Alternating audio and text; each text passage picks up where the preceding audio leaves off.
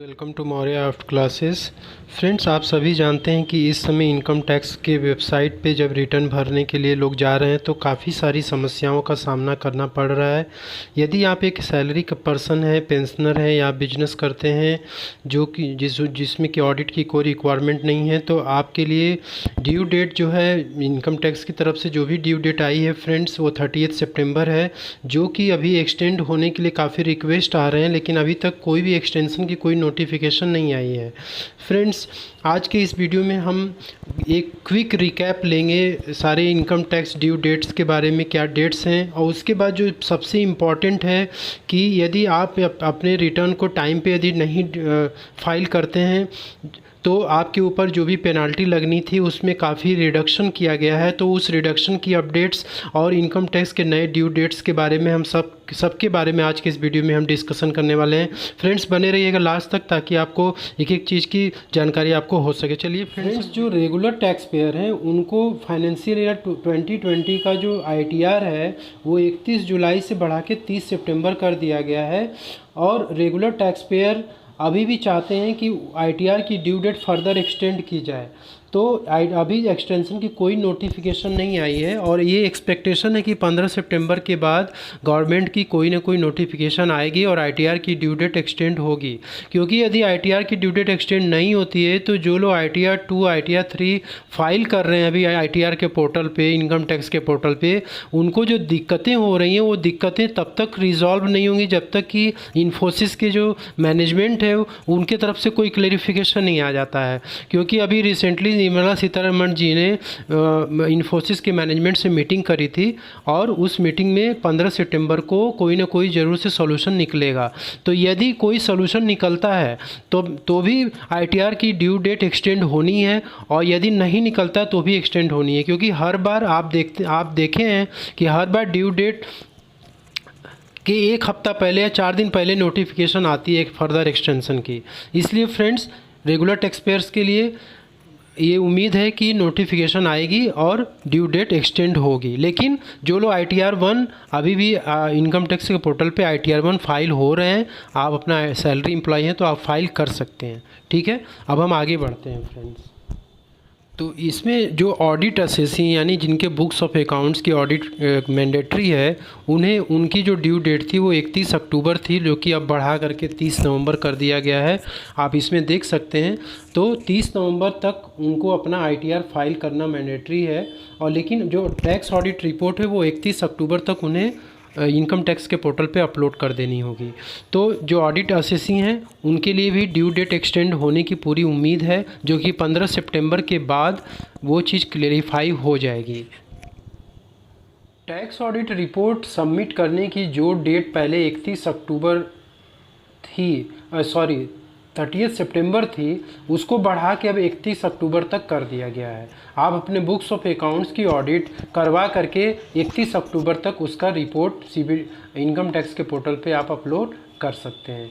इसके बाद जो ड्यू डेट है बिलेटेड रिटर्न और रिवाइज रिटर्न का for the financial year 2020 and 21 के लिए, जो रिवाइज रिटर्न की जो ड्यू डेट है और बिलेटेड रिटर्न की जो ड्यू डेट है वो अब 31 दिसंबर से बढ़ा करके 31 जनवरी कर दिया गया है।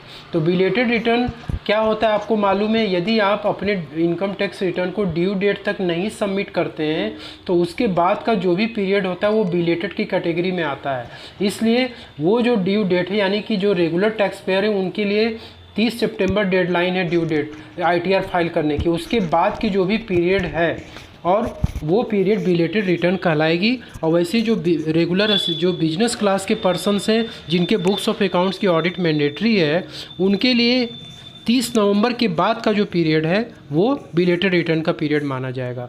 तो उसके बाद उसकी जो ड्यू डेट थी वो 31 दिसंबर थी, जिसको बढ़ा करके 31 जनवरी कर दिया गया है।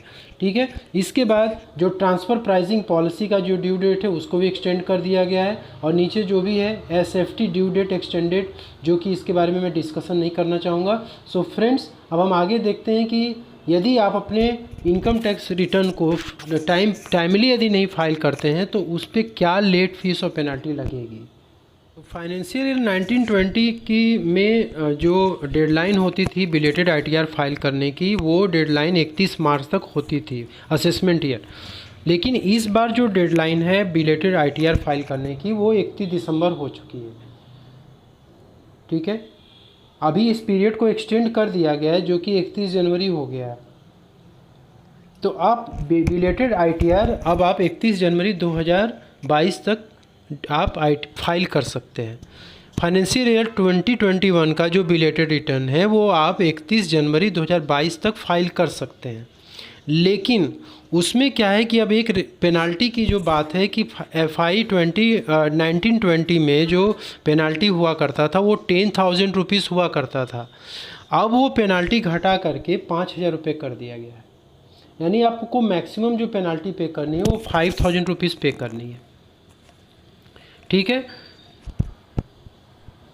तो जो स्मॉल टैक्स पेयर हैं उनके लिए जो पेनाल्टी के जो प्रोविज़न्स जो फाइनेंशियल ईयर 1920 में एप्लीकेबल थे वही 2021 में भी एप्लीकेबल होंगे।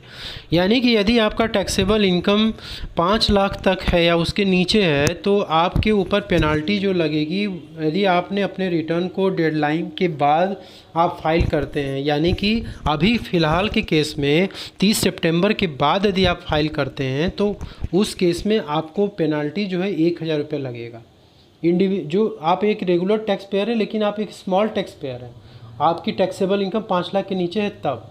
और यदि आप एक टैक्सेबल पर्सन है, आपकी जो टैक्सेबल इनकम है वो 5 लाख के ऊपर है, तो उस केस में आपकी जो भी डेडलाइन के बाद यदि आप आईटीआर फाइल करते हैं जो कि बिलेटेड आईटीआर कहलाता है, तो उसमें आपको 5,000 रुपये पेनाल्टी के साथ आपको अपना रिटर्न फाइल करना होगा।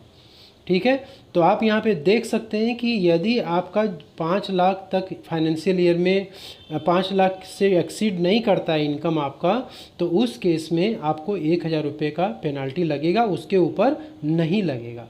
ठीक है, यदि इन केस 15 सितंबर के बाद यदि डेट एक्सटेंड होती है तो हो सकता है कि जो बिलेटेड आईटीआर की डेट है वो भी एक्सटेंड हो जाए, तो उस केस में भी आपको टाइम मिल जाएगा। ठीक है, तो अभी की सिचुएशन जो है पेनाल्टी की और जो डेडलाइन है बिलेटेड आईटीआर की उस डेट के बेसिस पे अभी हम इस वीडियो में बात कर रहे हैं। तो मैं आपको बिलेटेड पीरियड के बारे में बता दूं ताकि आपको कन्फ्यूज़न ना रहे।